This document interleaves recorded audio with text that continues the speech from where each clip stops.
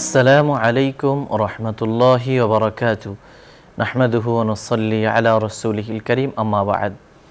সম্মানিত দর্শক শ্রোতা, কাছে দূরে, দেশে কিংবা প্রবাসে, যে যেখানে বসে টিভির পর্দায় কিংবা ইউটিউব চ্যানেলে আমাদের দেখছেন, সবাইকে জানাই আন্তরিক শুভেচ্ছা ও অভিনন্দন। প্রিয় দর্শক, এই অনুষ্ঠানে প্রতিদিন কোরআন সুন্নাহর আলোকে আলোকিত জীবন গড়ার সার্বিক নির্দেশনা দেওয়া হয়। নির্দেশনা দেন দেশের বিশিষ্ট ইসলামিক স্কলাররা।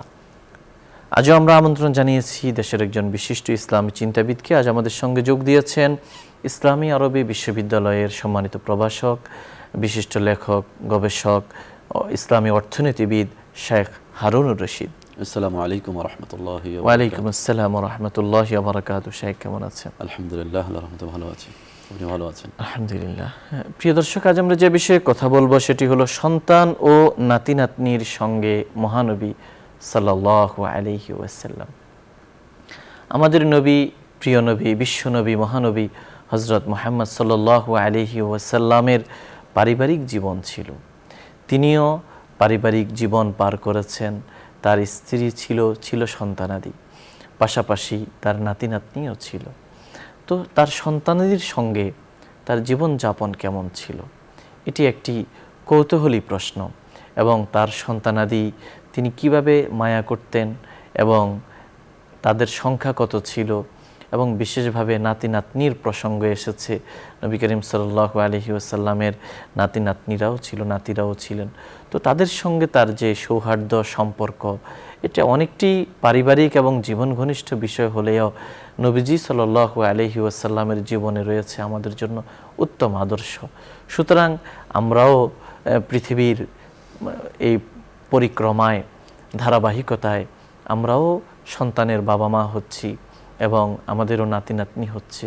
তো আমাদেরও করণীয় কি, এবং এক্ষেত্রে আমাদের নবী সাল্লাল্লাহু আলাইহি ওয়াসাল্লাম কি করতেন এবং তিনি কিভাবে তাদের সঙ্গে সময়গুলো পার করতেন, কি বলতেন, কিভাবে আদর করতেন, এই সব বিষয় আমরা জানার চেষ্টা করব আমাদের সম্মানিত অতিথির কাছ থেকে। আমাদেরকে আজ এ বিষয়ে বিস্তারিত জানাবেন শেখ হারুনুর রশিদ। আলহামদুলিল্লাহ, ওয়াসসালাতু ওয়াসসালামু আলা রাসূলিল্লাহ, আম্মা বা'দ। আল্লাহ রাব্বুল আলামিন কোরআনে ইরশাদ করছেন, আউযু বিল্লাহি মিনাশ শাইতানির রাজীম, লাকাদ কানা লাকুম ফি রাসূলিল্লাহি উসওয়াতুন হাসানাহ লিমান কানা ইয়ারজুল্লাহ ওয়াল ইয়াউমাল আখির ওয়া যাকারাল্লাহা কাসীরা। দেখুন, যারা আল্লাহকে বিশ্বাস করে, পরকালে বিশ্বাস করে, তাদের জন্য আল্লাহ রাসূলের জীবনে রয়েছে উত্তম আদর্শ। আল্লাহ রাসূল সাল্লাল্লাহু আলাইহি ওয়াসাল্লাম জীবনের সর্বক্ষেত্রে আমাদের জন্য আদর্শ। তার পারিবারিক জীবন, তার সামাজিক, রাষ্ট্রীয়, তার নবুয়তি জিন্দেগি, সব কিছুই আমাদের জন্য আদর্শ। এর জন্য আল্লাহ রাব্বুল আলামিন তার জীবনের প্রতিটি ক্ষণ, প্রতিটি মুহূর্তকে সংরক্ষণের ব্যবস্থা করেছেন অত্যন্ত আশ্চর্যজনকভাবে। পৃথিবীর কোনো মনীষীর জীবনী এত নিখুঁতভাবে সংরক্ষিত হয়নি যেভাবে আল্লাহ রাসূল সাল্লাল্লাহু আলাইহি ওয়াসাল্লামের জীবন সংরক্ষিত হয়েছে। আল্লাহ রাসূল সাল্লাল্লাহু আলাইহি ওয়াসাল্লাম সন্তান সন্ততির সাথে কীভাবে খেলা করেছেন, কীভাবে আদর করেছেন, তার এমনকি তিনি কীভাবে হেঁটে গেছেন, কীভাবে সব কিছুই সংরক্ষিত আছে। তা আমরা আজকের আলোচ্য বিষয় রাসূল সাল্লাল্লাহু আলাইহি ওয়াসাল্লাম তার সন্তান সন্ততি এবং তার নাতি নাতনির সাথে কীরকম আচরণ করতেন সে বিষয়ে সংক্ষিপ্ত আলোচনা করব ইনশাআল্লাহ। রাসূলুল্লাহ সাল্লাল্লাহু আলাইহি ওয়াসাল্লামের 7 জন সন্তান সন্ততি ছিলেন। আমরা জানি রাসূল ইসলামের 3 জন ছেলে সন্তান ছিলেন, যারা 3 জনই ছোট বয়সে মারা গিয়েছেন, এবং 4 জন মেয়ে কন্যা সন্তান ছিলেন, যারা বড় হয়েছেন। আল্লাহ রাসূল সাল্লাল্লাহু আলাইহি ওয়াসাল্লাম নিজ হাতে তাদেরকে বিবাহ দিয়েছেন, এবং আল্লাহ রাসূলের জীবদ্দশায় তাদের 3 জন মারা গিয়েছেন। তো আল্লাহ রাসূল সাল্লাল্লাহু আলাইহি ওয়াসাল্লামের জীবদ্দশায় 6 জন সন্তান সন্ততি মারা গিয়েছেন। একমাত্র সন্তান হযরত ফাতেমা রাদিয়াল্লাহু তাআলা আনহা রাসূল ইসলামের ইন্তেকালের পরে 6 মাস জীবিত ছিলেন। আল্লাহ রাসূল সাল্লাল্লাহু আলাইহি ওয়াসাল্লামের সবচেয়ে বড় সন্তানের নাম হলো কাসেম, যার নাম অনুসারে তাকে রাসূল সাল্লাল্লাহু আলাইহি ওয়াসাল্লামকে আবুল কাসেম বলা হতো। বড় সন্তান কেউ বলেছেন এটা রাসূল সাল্লাল্লাহু আলাইহি ওয়াসাল্লামের বড় সন্তান, যে মেয়ে সন্তানদের মধ্যে যিনি বড় ছিলেন যায়নাব রাদিয়াল্লাহু আনহা, তার চেয়েও বড় ছিলেন। কেউ বলেছেন, এটার মধ্যে একটু মতবিরোধ আছে যে এখানে কাসেম বড় ছিলেন না যায়নাব বড় ছিলেন। যা হোক, ছেলেদের মধ্যে হযরত কাসেম রাদিয়াল্লাহু তাআলা আন, তিনি অত্যন্ত ছোট বয়সে মারা গিয়েছেন। এরপরে রাসূলুল্লাহ সাল্লাল্লাহু আলাইহি ওয়াসাল্লামের দ্বিতীয় সন্তান, ছেলে সন্তান হিসেবে দ্বিতীয় সন্তান হলো রাসূল সাল্লাল্লাহু আলাইহি ওয়াসাল্লামের আব্দুল্লাহ, যাকে আব্দুল্লাহ আত-তাহির, আব্দুল্লাহ আত-তাইয়্যিব বলা হতো। অর্থাৎ তিনি রাসূল সাল্লাল্লাহু আলাইহি ওয়াসাল্লামের নবুয়তের পরে 40 বছর বয়সের পরেই উনি জন্মগ্রহণ করেছিলেন, এই জন্য তাহের তৈয়ব বলা হতো। আর অন্যান্য সন্তানগুলো রাসূল ইসলামের 40 বছর আগেই জন্মগ্রহণ করেছেন। আর একমাত্র ছেলে সন্তান যেটা একেবারে শেষ বয়সে রাসূল ইসলাম হয়েছেন, অর্থাৎ 8ম হিজরিতে জন্মগ্রহণ করেছিলেন মারিয়া কিপ্তিয়ার গর্ভে, সেটা হলো ইব্রাহিম, যিনি 17 মাস জীবিত ছিলেন। 17 মাস পরেই উনি ইন্তেকাল করেছেন। এ হলো রাসূল ইসলামের 3 জন ছেলে সন্তান। আর মেয়ে সন্তানদের মধ্যে বড় আমরা যেমনটা বলেছি হযরত যায়নাব রাদিয়াল্লাহু তাআলা আনহা, এরপরে রোকাইয়া, এরপরে উম্মে কুলসুম, এরপরে ফাতেমা রাদিয়াল্লাহু তাআলা আনহা। এই 4 জন মেয়ে সন্তানদের মধ্যে 3 জন মেয়ে সন্তানের আল্লাহ রাসূল সাল্লাল্লাহু আলাইহি ওয়াসাল্লাম বিয়ে নবুয়তের আগেই দিয়েছেন। 40 বছর আগে তাদের বয়স, রাসূল ইসলামের বয়স 40 বছর হওয়ার আগেই, রাসূল ইসলামের কাছে ওহী নাজিল হওয়ার আগেই 3 জন কন্যা সন্তানের বিয়ে হয়েছে। তার মধ্যে একজন হলো যায়নাব। আমরা একটু এই বিষয়গুলো নিয়ে তারপরে আমরা ওই আলোচনায় যাব। রাসূল ইসলামের বড় মেয়ে যায়নাবের সাথে বিয়ে হয়েছে তার খালাতো ভাই আবুল আস ইবনে রবিয়া, আপন খালাতো ভাই ছিলেন, হযরত খাদিজার বোনের ছেলে ছিলেন। হ্যাঁ, আবুল আস ইবনে রবির সাথে বিয়ে হয়েছে রাসূল ইসলামের বড় মেয়ে যায়নাবের, এবং তখন রাসূল ইসলামের কাছে ওহী নাজিল হয় নাই। এরপরে তার 2 মেয়ে রোকাইয়া এবং উম্মে কুলসুম, এই 2 জনের বিয়ে হয়েছে আবু লাহাবের 2 ছেলের সাথে, তাও রাসূল ইসলামের কাছে ওহী নাজিল হওয়ার পূর্বে। তবে নবী রাসূল নাজিল হওয়ার একেবারে পূর্বক্ষণে তাদের উপর ওহী নাজিল হয়ে বিয়েটা হয়েছিল। একজন ছিল উতবা ইবনে আবু লাহাব, আরেকজন ছিল উতাইবা ইবনে আবু লাহাব। আবু লাহাবের 2 ছেলে, রাসূল ইসলামের 2 চাচাতো ভাই। আবু লাহাব তো রাসূল ইসলামের চাচা ছিলেন। এই 2 ছেলে রাসূল ইসলামের 2 চাচাতো বোনের সাথে রাসূল ইসলামের 2 মেয়ের বিয়ে হয়, উম্মে কুলসুমের সাথে এবং রোকাইয়ার সাথে। কিন্তু রাসূল ইসলাম এটা ওহী নাজিল হওয়ার একেবারে পূর্ব মুহূর্তে বিয়েটা হয়েছিল। রাসূল ইসলামের উপর যখন ওহী নাজিল হলেন, তিনি যখন নবুয়তের ঘোষণা দিলেন যে আমি আল্লাহ রসুল হিসেবে প্রেরিত হয়েছি, তোমরা সবাই আমাকে অনুসরণ করো, এক আল্লাহকে মানো, সমস্ত এই আপনার মূর্তির ইবাদত তোমরা ছেড়ে দাও, এই ঘোষণা যখন দিলেন, এবং বিশেষ করে যখন আবু লাহাবের বিষয়ে যে একটা কোরআনের আয়াত আছে সূরাতুল মাসাদ, যেটা তাব্বাত ইয়াদা আবি লাহাব, এই সূরা যখন নাজিল হলো তখন রাগে খুবই আবু লাহাব তার 2 সন্তানকে নির্দেশ দিল, তোমরা এখনই মুহাম্মদের 2 মেয়েকে তোমরা তালাক দাও। এটা ছিল রাসূল ইসলামের জন্য শাপে বর এক ধরনের। তার রাসূল ইসলামের কন্যাদের জন্য সৌভাগ্যের বিষয় যে আবু লাহাবের 2 সন্তান তাদেরকে ছেড়ে দিয়েছে। এবং বলা হয় তাকে ইতিহাসের গ্রন্থগুলোতে পাওয়া যায়, সিরাতের গ্রন্থগুলোতে পাওয়া যায়, এই 2 সন্তানের সাথে রাসূলের মেয়েদের বিয়ে হয়েছিল, কিন্তু তাদের ঘর করা হয় নাই, অর্থাৎ তাদের বাসর হয় নাই, বাসর হওয়ার আগেই তালাক হয়ে গিয়েছে। তাদের একজন হলো রাসূল ইসলামের 2য় কন্যা রোকাইয়া, তার সাথে তাৎক্ষণিকভাবে হযরত উসমান রাদিয়াল্লাহু তাআলা আনহুর বিয়ে হয়, এবং হযরত উম্মে কুলসুম এভাবেই রয়ে যাওয়ার পরে পরবর্তীতে হযরত উম্মে কুলসুমের সাথেও হযরত উসমান রাদিয়াল্লাহু তাআলা আনহুর বিয়ে হয়। এভাবে হযরত উসমান রাদিয়াল্লাহু তাআলা আনহু 2 কন্যা সন্তানের জামাতা জিন্নুরাইন উপাধি লাভ করেন, এবং সর্বশেষ কন্যা রাসূল সাল্লাল্লাহু আলাইহি ওয়াসাল্লামের হযরত ফাতেমা রাদিয়াল্লাহু তাআলা আনহার সাথে আমরা জানি হযরত আলী রাদিয়াল্লাহু তাআলা আনহু রাসূল ইসলামের চাচাতো ভাই এবং অত্যন্ত আদরের স্নেহের, এবং যিনি সর্বপ্রথম ইসলাম গ্রহণ করেছেন শিশুদের মধ্যে, নাবালেগদের মধ্যে, তার সাথে হযরত আলীর সাথে রাসূল ইসলামের কনিষ্ঠতম কন্যা হযরত ফাতেমা রাদিয়াল্লাহু তাআলার বিয়ে হয়। রাসূল সাল্লাল্লাহু আলাইহি ওয়াসাল্লামের এই যে 4 কন্যা সন্তান, তারা রাসূল ইসলামের সারা জীবন বেঁচে ছিলেন, এবং রাসূল ইসলামের মৃত্যু পর্যন্ত সর্বশেষ মারা গিয়েছেন হযরতে কুলসুম, উম্মে কুলসুম রাদিয়াল্লাহু তাআলা আনহা মারা গিয়েছেন, তখন তার বয়স ছিল মাত্র 22 বছর। এবং রাসূল ইসলামের সর্বশেষ কন্যা, কনিষ্ঠতম কন্যা হযরত ফাতেমা রাদিয়াল্লাহু তাআলা আনহা রাসূল ইসলামের মৃত্যুর 6 মাস পরেই মারা গিয়েছেন। রাসূল ইসলাম অন্যান্য সকল সন্তান, ছেলে মেয়ে সকল সন্তান ইসলামের জীবদ্দশায় ইন্তেকাল করেছেন। যা হোক, এই ছিল রাসূল ইসলামের পারিবারিক।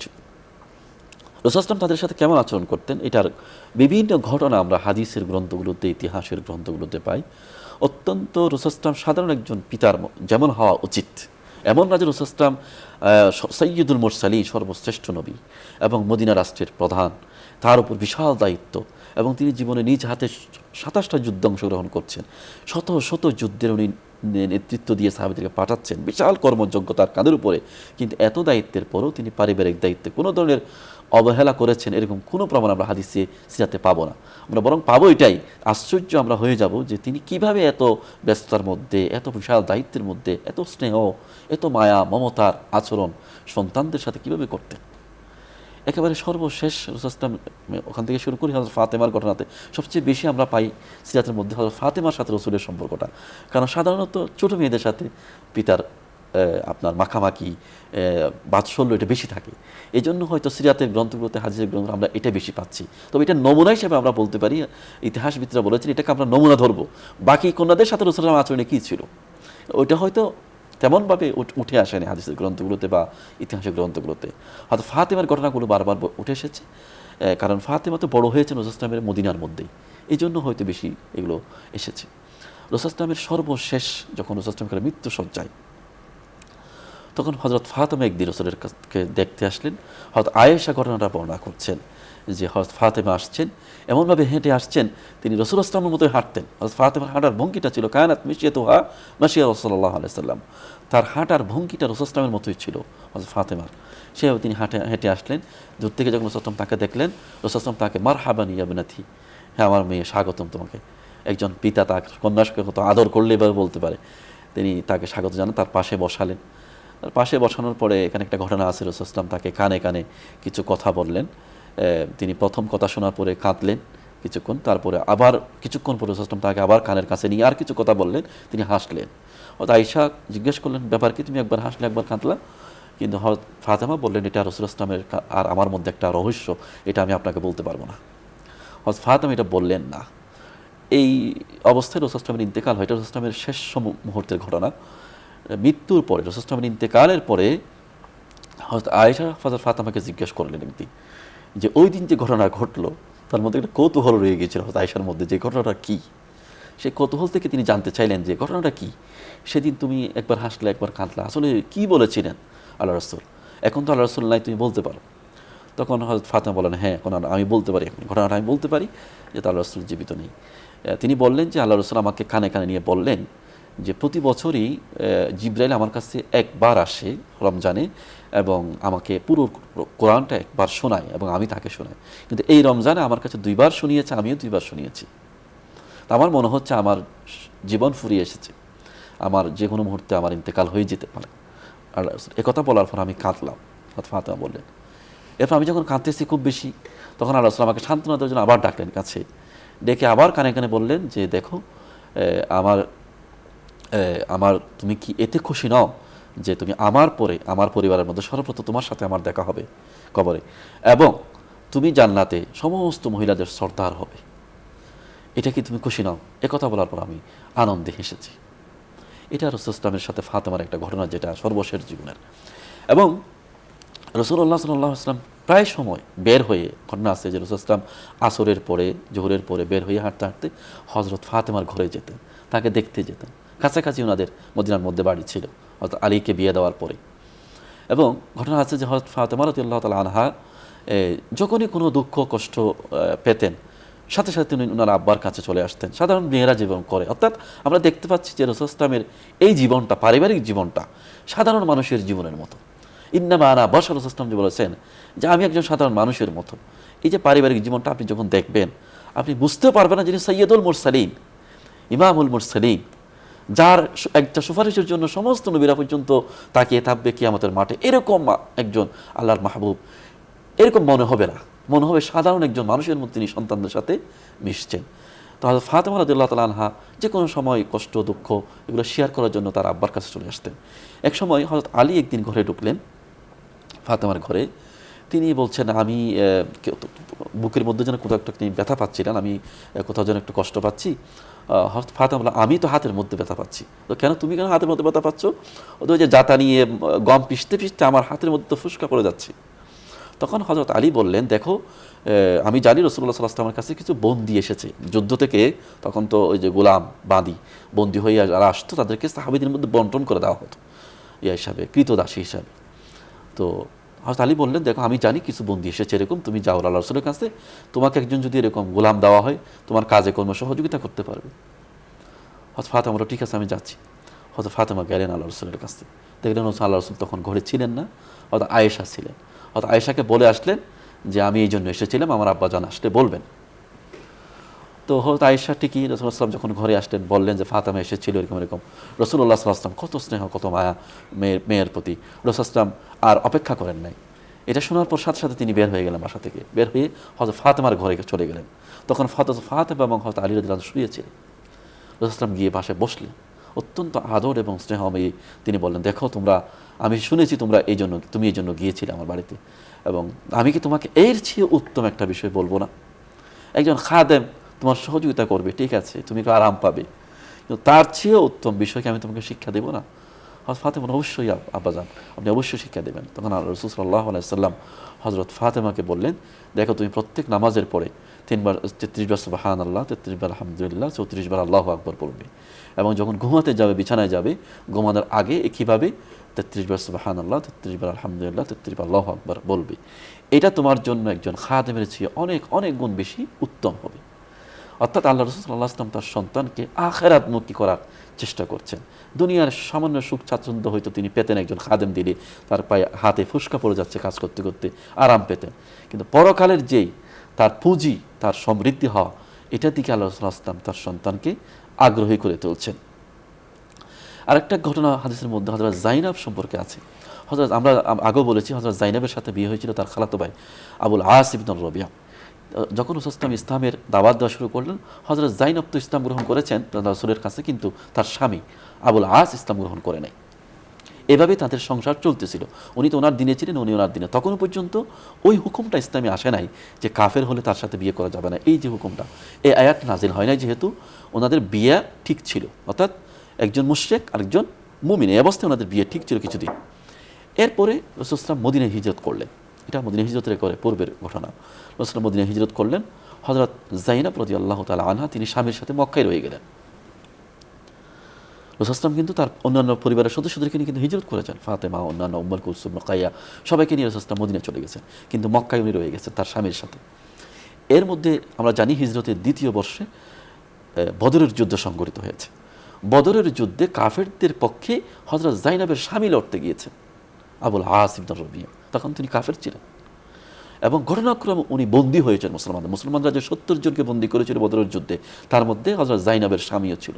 দেখুন, রাসূল সাল্লাল্লাহু আলাইহি ওয়াসাল্লামের জামাতা, তিনি বন্দী হয়েছেন মুসলমানদের হাতে।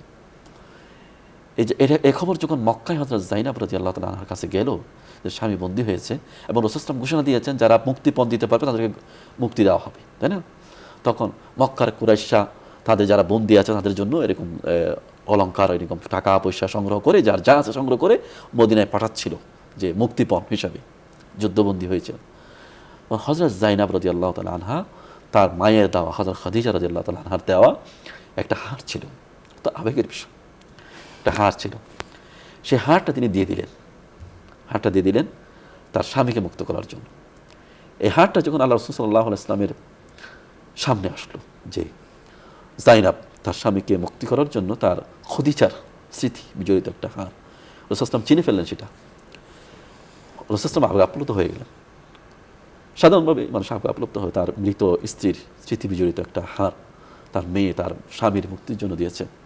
আল্লাহ রাসূল সাহাবীদেরকে বললেন, দেখো, তোমরা চাইলে নিয়ম অনুযায়ী তো এটা নিয়ে নিতে পারো মুক্তিপণ হিসাবে, আমিও নিয়ে নিতে পারি, এবং সাধারণ নিয়ম এটাই যে মুক্তিপণ হিসাবে আমরা নিয়ে তাদের মুক্তি করতে, কিন্তু আমি চাই তোমরা যদি অনুমতি দাও, আমি হারটা ফিরিয়ে দিতে চাই আমার মেয়েকে। সাহাবীদের কাছ থেকে অনুমতি নিলেন। সাহাবীরা, ইয়া রাসূলুল্লাহ, আপনি যেভাবে চাচ্ছেন, এখানে তো না করার কোনো কারণ নেই। রাসূল সে হারটা ফিরিয়ে দিলেন। ফিরিয়ে দেওয়ার পরে তাকে মুক্ত করে দিলেন, এবং তাকে একটা শর্ত দিলেন। আবুল আসকে বললেন, আমি তোমাকে মুক্ত করে দিচ্ছি কোনো ধরনের মুক্তিপণ ছাড়াই, শুধু আমার মেয়ের দিকে তাকি, কিন্তু একটা শর্ত, সেটা হচ্ছে আমার মেয়ে তোমার সংসার আর করবে না, তুমি এখান থেকে মক্কায় ফিরে গিয়ে আমার মেয়েকে মদিনায় পাঠিয়ে দেবা, এই শর্তে তোমাকে আমি মুক্তি দিচ্ছি। আবুল আস ভালো মানুষ ছিলেন, যদিও কাফের ছিলেন, রাসূল সাল্লাল্লাহু ওয়াদা তিনি রক্ষা করেছিলেন। তিনি মক্কায় গিয়ে হযরত যায়েনবকে মদিনায় পাঠিয়ে দিয়েছিলেন। তিনি কিন্তু মুসলমান হন নাই। দেখেন, আবুল আস মুসলমান তখনও হন নাই, তিনি মদিনায় রাসূল সাল্লাল্লাহু মেয়েকে পাঠিয়ে দিয়েছেন, এবং হযরত যায়েনব সেখানে ছিলেন রাসূল সাল্লাল্লাহু আলাইহি ওয়াসাল্লামের কাছে মক্কা বিজয় পর্যন্ত। মক্কা বিজয়ের পূর্ব মুহূর্তে হুদায়বিয়ার সন্ধির পরেই আবুল আস ইসলাম গ্রহণ করে সেটাও একটা ঘটনা আছে, আমরা সেদিকে না যাই, লম্বা ঘটনা। ইসলাম গ্রহণ করার পর তিনি মদিনায় চলে আসেন। রাসূল সাল্লাল্লাহু তারপর তাকে আবারও যায়েনবকে তার হাতে ফিরিয়ে দেন, যেহেতু তিনি মুসলমান হয়ে গেছেন, এবং এর মধ্যে হযরত যায়েনবের কোনো বিয়েও হয় নাই। হ্যাঁ, এরপরে তাকে ফিরিয়ে দিয়েছেন। এই ছিল রাসূল ইসলামের সাথে তার মেয়েদের, তার সন্তানদের সাথে আচরণ। এবং হযরত ইব্রাহিম, যিনি রাসূল ইসলামের কনিষ্ঠতম সন্তান ছিলেন, তার মৃত্যুর সময়ের ঘটনা হাদিসে এবং সিরাতের কিতাবগুলোতে আমরা দেখি।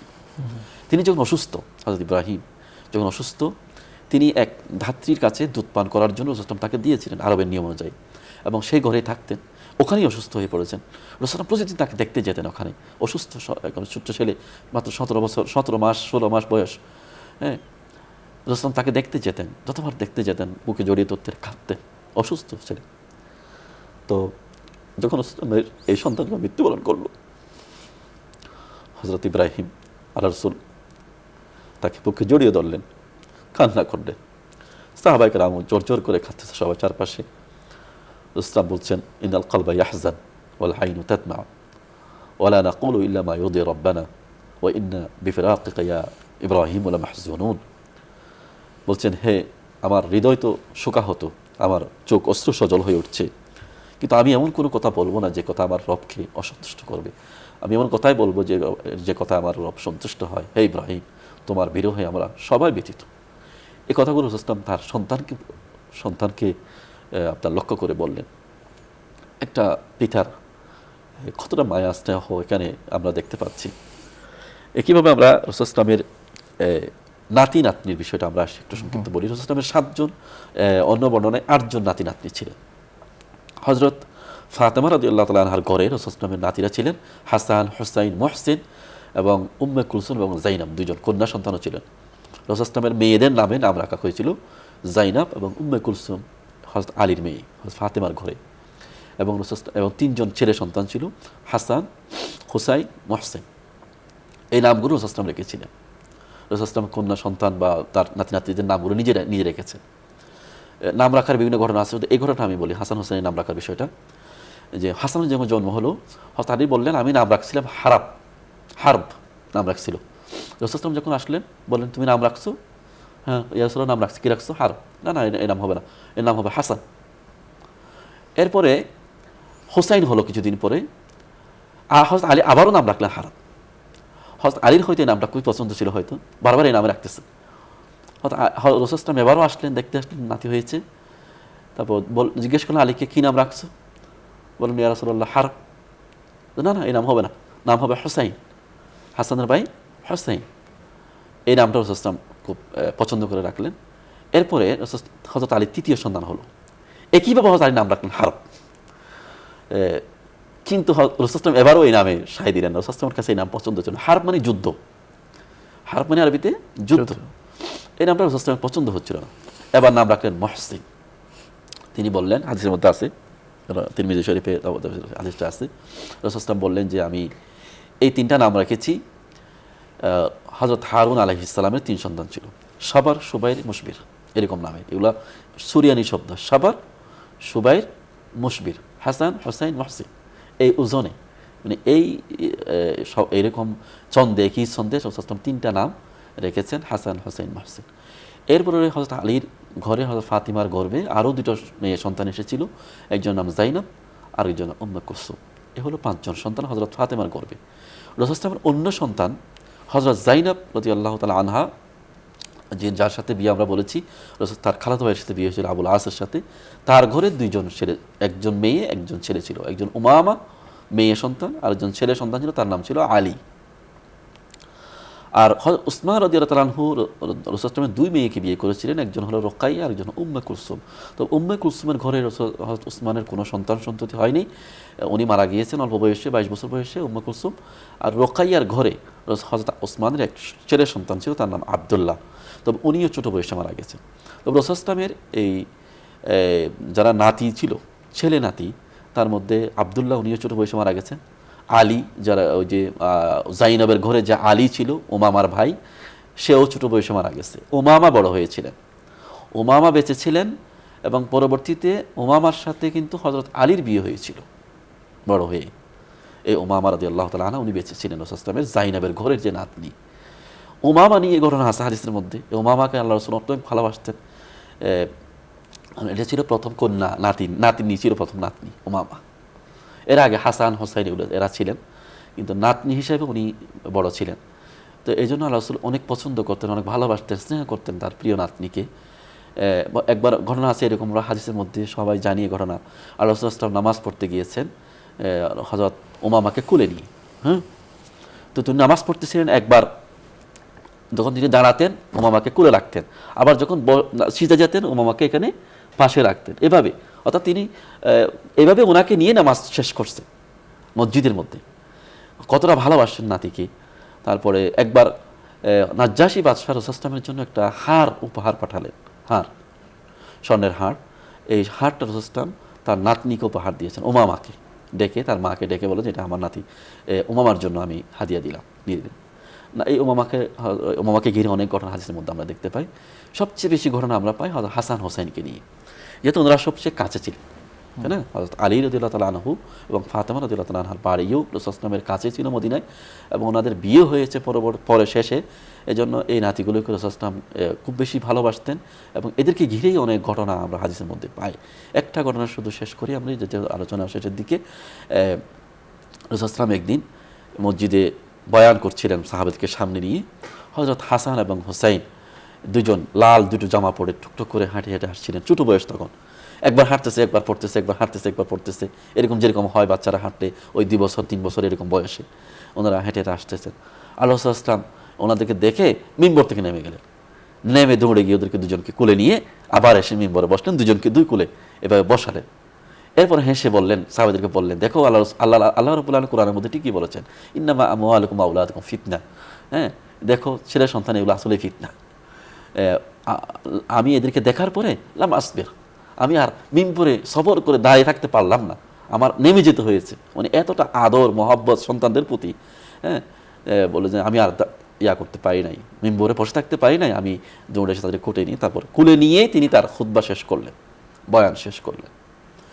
এরকমভাবে আরও ঘটনা আছে যে একবার হযরত হাসান অথবা হোসাইন রাওয়ায়াতের মধ্যে আছে, কোনো একজনকে নিয়ে আল্লাহ রাসূল জোহরের কি আসর নামাজে যাচ্ছেন কুলে নিয়ে, নাতিকে কুলে নিয়ে মসজিদে যাচ্ছেন।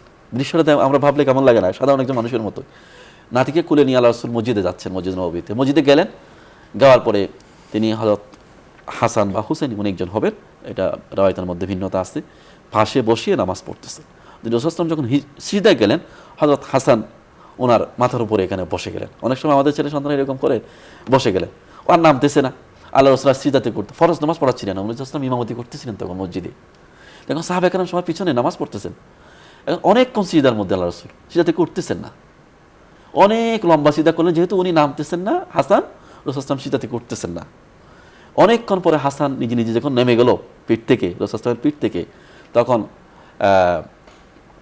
আপনার রাসূল সাল্লাল্লাহু আলাইহি ওয়াসাল্লাম সিজদা থেকে উঠলেন। নামাজের শেষে সাহাবা কেরাম জিজ্ঞেস করলেন, ইয়া রাসূলুল্লাহ, ঘটনা কি, আপনি আজকে এতক্ষণ সিজদা করলেন কেন? কি ওহী নাজিল হয়েছিল? আপনার কাছে কোনো ওহী আসছে, আমাদের জন্য কোনো নতুন নির্দেশনা আসছে? সাহাবা কেরাম যেভাবে জিজ্ঞেস করতেন, কোনো ওহী আসছে? রাসূলুল্লাহ, কোনো ওহী আসে নাই, বরং আমার নাতি হাসান আমার পিঠের উপর বসেছিল, সে না নামা পর্যন্ত আমি সিজদাতে করতে পারতেছিলাম না। কতটা ভালোবাসতেন নাতিদেরকে, এগুলো দৃশ্যগুলো আমরা যদি দেখি, তখন আল্লাহ রাসূল সাল্লাল্লাহু আলাইহি ওয়াসাল্লামের সাথে তার নাতিদের যে এই যে স্নেহের সম্পর্কটা। সুতরাং আমাদের যাদেরকে আল্লাহ তাআলা সন্তান দিয়েছেন, নাতি নাতনি দিয়েছেন, তাদের করণীয় কি এই শিক্ষা, এই আপনার টোটাল ঘটনাগুলো থেকে? পুরো ঘটনাগুলো থেকে আমাদের যে আমরা করণীয় পাই সেটা হচ্ছে, যেটা আল্লাহ রাসূল, আরেকটা হাদিস আমি সংক্ষিপ্ত বলি, যে এক সাহাবীর সামনে আল্লাহ রাসূল হাসান হোসেনকে চুমা দিচ্ছিলেন। এক সাহাবী বললেন, ইয়া রাসূল, আমার তো 10 জন সন্তান আছে, আমি তো কখনো চুমা দিই নাই। রাসূল বললেন, মান লা ইয়ারহাম লা ইউরহাম, যে আরেকজনের প্রতি এরকম দয়া স্নেহ মমতা দেখাতে পারে না, আল্লাহ তার প্রতি দয়া মমতা করবেন না। সন্তানদেরকে ভালোবাসা স্নেহ দেখানো, এটা আপনার নম্র হৃদয়ের প্রমাণ। আপনার যে নরম একটা হৃদয় আছে, আপনার একটা মানবিক হৃদয় আছে, এটার প্রমাণ হচ্ছে আপনি সন্তানদেরকে ভালোবাসেন, আপনার নাতি নাতনিদেরকে ভালোবাসেন, স্নেহ করেন, তাদেরকে হাদিয়া উপঢৌকন দেন, এবং তাদেরকে শুধু হাদিয়া উপঢৌকন স্নেহ দেন না, তাদেরকে পরকালের পথ দেখান, যেভাবে আল্লাহ রাসূল সাল্লাল্লাহু আলাইহি ওয়াসাল্লাম তার সন্তানদেরকে দেখিয়েছে। শুকরিয়া মুহতারাম, আপনি আমাদের বলছিলেন সন্তান ও নাতি নাতনির সঙ্গে মহানবী সাল্লাল্লাহু আলাইহি ওয়াসাল্লাম। আমরা মন্ত্রমুগ্ধের মতো আপনার কথাগুলো শুনে যাচ্ছিলাম, যদি সময় থাকতো আমরা এই আলোচনা আরও দীর্ঘায়িত করতে পারতাম। প্রিয় দর্শক, আলোচনার এই পর্যায়ে আমরা সংক্ষিপ্ত মুনাজাতে অংশগ্রহণ করব, আপনারা চাইলে আমাদের সঙ্গে মুনাজাতে শামিল হতে পারেন। اللهم صل على سيدنا ونبينا مولانا محمد وآله وصحبه أجمعين اللهم لك الحمد كما ينبغي لجلال وجهك وعظيم سلطانك. اللهم لك الحمد كله ولك الشكر كله وإليك يرجع الأمر كله. اللهم أنت ربي لا إله إلا أنت خلقتني وأنا عبدك وأنا على عهدك ووعدك ما استطعت أعوذ بك من شر ما صنعت أبوء لك بنعمتك علي وأبوء بذنبي فاغفر لي فإنه لا يغفر الذنوب إلا أنت. اللهم أنت ربي لا إله إلا أنت. اللهم اغفر لي ولوالدي ولجميع المسلمين والمسلمات. ربنا ظلمنا أنفسنا وإن لم تغفر لنا وترحمنا لنكونن من الخاسرين. ربنا هب لنا من أزواجنا وذرياتنا قرة أعين واجعلنا للمتقين إماما يا رب العالمين يا أرحم الراحمين. আল্লাহ রাসূল সাল্লাল্লাহু আলাইহি ওয়াসাল্লাম তোমার হাবিবের আদর্শের কথা আমরা বলেছি, তার স্নেহ মায়া মমতার কথা আমরা আলোচনা করেছি। আমাদের মধ্যে তুমি সেই স্নেহ মায়া মমতা আমাদের অন্তরে তুমি ঢেলে দাও ইয়া রাব্বুল আলামিন। আল্লাহ রাসূল সাল্লাল্লাহু আলাইহি ওয়াসাল্লাম তোমার হাবিব মুস্তাফা সাল্লাল্লাহু আলাইহি ওয়াসাল্লাম যেভাবে স্নেহ দিয়ে মায়া দিয়ে মমতা দিয়ে তার সন্তানকে গড়ে তুলেছেন, তার নাতি নাতনিকে গড়ে তুলেছেন, আখিরাতমুখী করেছেন, পরকালের জন্য তিনি গড়ে তুলেছেন, সেভাবে আমাদের সন্তান সন্ততিদেরকে যেন আমরা গড়ে তুলতে পারি। আমাদের সন্তানদের জন্য দুনিয়া আখিরাতের ক্ষেত্রে আমাদের চক্ষু শীতলকারী সন্তান হিসেবে আমরা গড়ে তুলতে পারি, সেই তৌফিক আল্লাহ তুমি আমাদেরকে দান করিও ইয়া রাব্বুল আলামিন। আমাদের সকল গুনাহগুলো ক্ষমা করে দিও। আমরা জেনে না জেনে আমরা গোপনে প্রকাশ্যে কত ধরনের অপরাধ করি, কত গুনাহ করি, তুমি আমাদেরকে ক্ষমা করে দাও। আবার আমরা গুনাহ করি, তুমি আমাদের ক্ষমা করে দাও ইয়া রাব্বুল আলামিন। আমাদেরকে তোমার দ্বীনের উপর অটল থাকার তৌফিক দান করো। যেই গুনাহ থেকে আমরা একবার তওবা করি সেই গুনাহ যেন আমরা আবার ফিরে না যাই ইয়া রাব্বুল আলামিন। আমাদেরকে তাওবাতুন নাসুহা দান করো ইয়া রাব্বুল আলামিন, তাওবাতুন নাসুহা দান করো ইয়া রাব্বুল আলামিন। সমস্ত পাপাচার থেকে ফিরে এসে তোমার পথে আমাদেরকে ফিরে আসার তৌফিক দান করো ইয়া রাব্বুল আলামিন। আমাদেরকে শান্তির জিন্দেগি দান করে ইয়া রাব্বুল আলামিন। আমাদেরকে ঋণ মুক্ত জীবন দান করে ইয়া রাব্বুল আলামিন। আমাদেরকে শান্তিময় জীবন দান করে ইয়া রাব্বুল আলামিন। সমস্ত দুঃখ দুশ্চিন্তা মুক্ত জীবন দান করে ইয়া রাব্বুল আলামিন ইয়া আরহামুর রাহিমিন। ইয়া রাব্বুল আলামিন তোমার যে নাক বান্দারা তোমার যে সালেহীন বান্দারা রয়েছে তাদের কাতারে যেন আমরা শামিল হতে পারি, সেই তৌফিক দান করি ইয়া রাব্বুল আলামিন। আমাদের সন্তান সন্ততি যেন সালেহীন হয়, সৎ হয়, নেক হয়, দুনিয়া আখিরাতে আমাদের জন্য কাজে আসে এরকম হয়, সাদকায়ে জারিয়া হয়, সেই সন্তান হিসাবে আমাদের সন্তানগুলোকে আল্লাহ কবুল করে ইয়া রাব্বুল আলামিন। ইয়া রাব্বুল আমাদের জীবনে বরকত দান করো, আমাদের ব্যবসা বাণিজ্য যারা করি তাদের বরকত দান করো, আমরা যারা চাকরি করি আমাদের চাকরিতে সুখে শান্তিতে আমরা করতে পারি সেই তৌফিক দান করো ইয়া রাব্বুল আলামিন ইয়া আরহামুর রাহিমিন। পরকালের পুঁজি যেন সংগ্রহ করতে পারি এই জিন্দেগিতে, সেই তৌফিক আমাদের দান করো ইয়া রাব্বুল। আমাদের যাদের মা বাবা ইয়া রাব্বুল আলামিন যাদের মা বাবা দুনিয়া থেকে চলে গিয়েছেন তাদের খবরকে তুমি রাউদাতুম মির রিয়াদিল জান্নাহ, জান্নাতের টুকরা বানাই দিও ইয়া রাব্বুল আলামিন। রব্বিরহামহুমা কামা রাব্বায়ানি সগীরা। ইয়া রাব্বুল আলামিন যাদের মা বাবা বেঁচে আছে তাদেরকে হায়াতে তাইয়্যিবা দান করো, সুস্থতা দান করো ইয়া রাব্বুল আলামিন। আল্লাহুম্মা ইন্না নাসআলুকা আল আফিয়াতা ওয়াল আফওয়া ওয়াল আফিয়া ইয়া রাব্বুল আলামিন। আল্লাহুম্মা আফিনা من كل بلاء الدنيا وعذاب الآخرة. اللهم عافنا من كل بلاء الدنيا وعذاب الآخرة. ربنا آتنا في الدنيا حسنة وفي الآخرة حسنة وقنا عذاب النار يا رب العالمين. يا অনুষ্ঠানগুলো ইসলামের প্রচার প্রসারের স্বার্থে যারা করেন তাদেরকে তুমি জীবনে হায়াতে বরকত দান করে ইয়া রাব্বুল আলামিন। তাদের আমলগুলোকে কবুল করে ইয়া রাব্বুল আলামিন। আমৃত্যু তোমার দ্বীনের উপর অটল থাকার অবিচল থাকার তৌফিক দান করে ইয়া রাব্বুল আলামিন। ربنا آتنا في الدنيا حسنة وفي الآخرة حسنة وقنا عذاب النار. ربنا آتنا في الدنيا حسنة وفي الآخرة حسنة وقنا عذاب النار. اللهم صل على سيدنا ونبينا مولانا محمد وآله وصحبه أجمعين برحمتك يا رب. প্রিয় দর্শক, এতক্ষণ ধরে অত্যন্ত ধৈর্য সহকারে আপনারা শুনছিলেন আপনাদের প্রিয় অনুষ্ঠান আলোকিত প্রতিদিন। পুরো সময় আমাদের সঙ্গে থাকার জন্য ধন্যবাদ। ওমা আলাইনা ইল্লাল বালাগ। আসসালামু আলাইকুম ওয়া রাহমাতুল্লাহি ওয়া বারাকাতুহু।